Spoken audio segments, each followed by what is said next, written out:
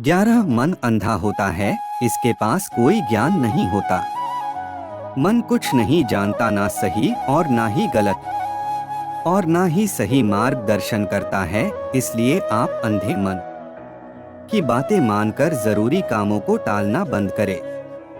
आप हमेशा अपनी बुद्धि से काम लीजिए, मन से नहीं, क्योंकि अंधा मन हमेशा आपको जरूरी कामों को करने से रोक देता है।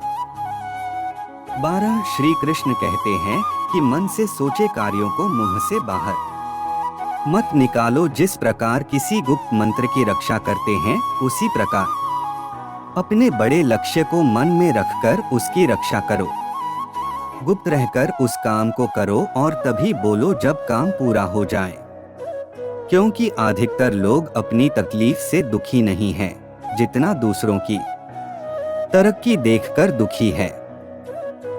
13 श्री कृष्ण कहते हैं कि जब भी कोई बड़ी बात बड़े लक्ष्य की हो, केवल उन बातों को उन लोगों से बांटे जो उस बातों को अपने भीतर बचाकर रखने का हौसला रखते हो। यदि कभी आर्थिक स्थिति कमजोर हो जाए, यदि कभी बड़ा नुकसान हो जाए, यदि कभी सब कुछ चोरों हो जाए, उस बात को अपने अंदर बचाकर रख लेना।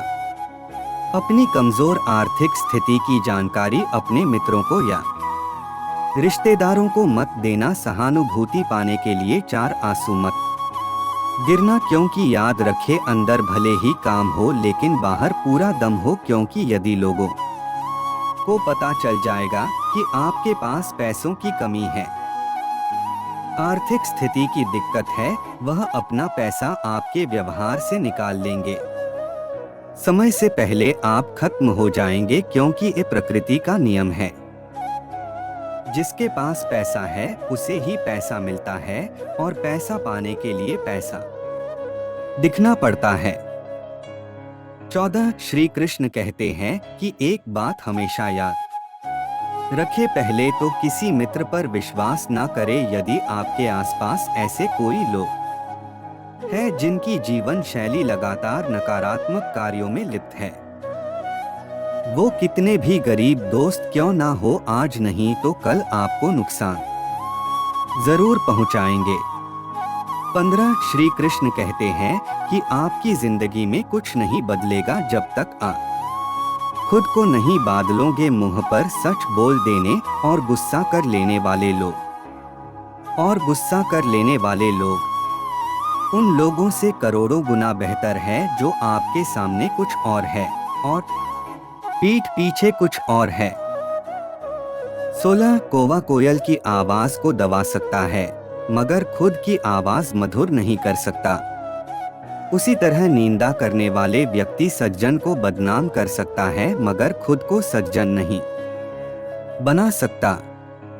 17 श्री कृष्ण कहते हैं कि अगर अकेलापन है तो उसे एक वरदान समझे, क्योंकि परमात्मा ने तुम्हें खुद में सुधार लाने का थोड़ा अधिक समय दे दिया है। अकेले रहने का आनंद लेना सीखे, क्योंकि कोई भी आपके साथ हमेशा के लिए साथ नहीं रहेगा।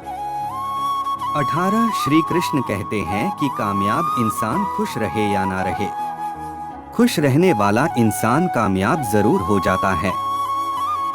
19 श्री कृष्ण कहते हैं कि उन्हें छोड़ देना उचित है जो आपके होने का मूल्य नहीं जानते। यदि जगत में प्रत्येक काम मनुष्य द्वारा संभव होता तो मेरा अस्तित्व ही नहीं होता। जहाँ से तुम्हारे रत्नों का अंत होता है, वहीं से मेरा अर्थात ईश्वर का कार्य प्रारंभ होता है।